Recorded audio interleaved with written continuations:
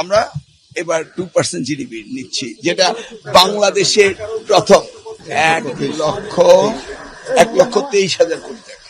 আমরা প্রথমত 20 তারিখে আমাদের এই গোল্ড কাপ বাচ্চাদের সেটার সমাপনী খেলা হবে আর্মি ন্যাশনাল স্টেডিয়ামে। সেখানে ওনাকে প্রধান অতিথি হিসাবে এবং ওনার ফ্যামিলিকেও আমরা চাচ্ছিলাম সেখানে থাকার জন্য, সেই বিষয়টি আলোচনা করেছি। এই মাসের 7 তারিখে আমাদের দক্ষতা উন্নয়নের জন্য কম্পিউটার প্রশিক্ষণের একটি অনুষ্ঠান ন্যাশনাল ইউনিভার্সিটি থেকে হবে, সেটাতে উনি চিফ গেস্ট হিসেবে থাকবেন, সেটাও বলেছি। আমরা অনেক বিষয়ের মধ্যে সবচেয়ে গুরুত্বপূর্ণ বিষয় যেটা আমার, সেটা হচ্ছে 2022-এর পর থেকে কল্যাণ ট্রাস্ট অ্যান্ড অবসর ভাতা শিক্ষকদের সেই অনুদানগুলো দেওয়া হচ্ছিল না, এবং সেখান থেকে প্রায় টাকা আত্মসাৎ করা হয়েছিল এবং প্রাইভেট ব্যাংকে দিয়ে সেই টাকাগুলিকে নষ্ট করে দেওয়া হয়েছিল, যেটা 1991 থেকে দেশমাতা সাবেক প্রধানমন্ত্রী বেগম খালেদা জিয়া অবসরপ্রাপ্ত শিক্ষকদের অবসর ভাতা এবং কল্যাণ ট্রাস্টের ব্যবস্থা করেছিলেন।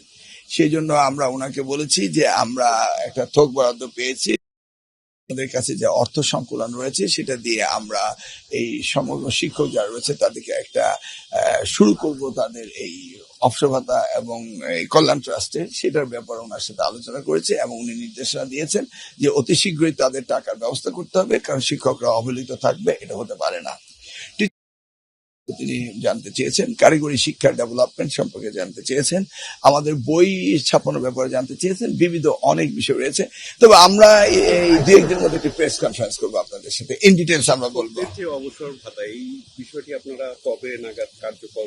সেটা আমরা শুরু করেছি কাজ, আমরা যে কোনো সময় মাঝখানে সময় লাগবে, তারপর আমরা একটা আনুষ্ঠানিকতার মধ্য দিয়ে তাদের আবার পুনরায় 2022 থেকে যে পাইনি তাদেরকে আমরা আংশিক দিয়ে হলেও শুরু করবো। থোক বরাদ্দ 2000 পেয়েছি, সেটা বন্ড আকারে, কোটি ছাড়া তো আমরা কথা বলি না।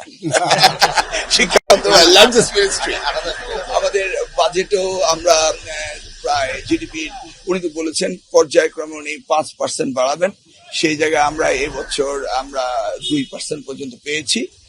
আমরা চেয়েছিলাম 3.5, তিনি বলেছেন আস্তে আস্তে আপনার প্রজেক্ট তৈরি করেন, এবং সেই জায়গায় তিনি সবচেয়ে বেশি অগ্রণী ভূমিকা দিচ্ছেন শিক্ষক টিচার ট্রেনিং এবং শিক্ষার মান উন্নয়ন কিভাবে হবে এবং কারিগরি শিক্ষাকে কিভাবে আমরা দক্ষ মানব শক্তি তৈরি করব, সেই ব্যাপারে উনি ইন্ডিভিজুয়ালি প্রজেক্টগুলো জানতে চেয়েছেন, কি কি জায়গায় আমরা এই টাকাগুলো ইনভেস্ট করব, সেটা ইন ডিটেলস তিনি খোঁজ খবর নিয়েছেন। তবে এই বছর আমরা 2% চলে এসেছি বাজেটে। গতবার তো 1.69 ছিল, তারপর শুভঙ্করের ফাঁকি ছিল, রূপপুর পারমাণবিক কেন্দ্র, আইসিটি সব মিলিয়ে করেছিল। আমরা অ্যাবসলিউটলি আমাদের শিক্ষা, primary education, secondary education, tertiary এডুকেশনে এবং মাদ্রাসা এডুকেশনে আমাদের এই বাজেট জিডিপি 2%। আমরা এবার 2% জিডিপি নিচ্ছি, যেটা বাংলাদেশের প্রথম 1,23,000 কোটি টাকা।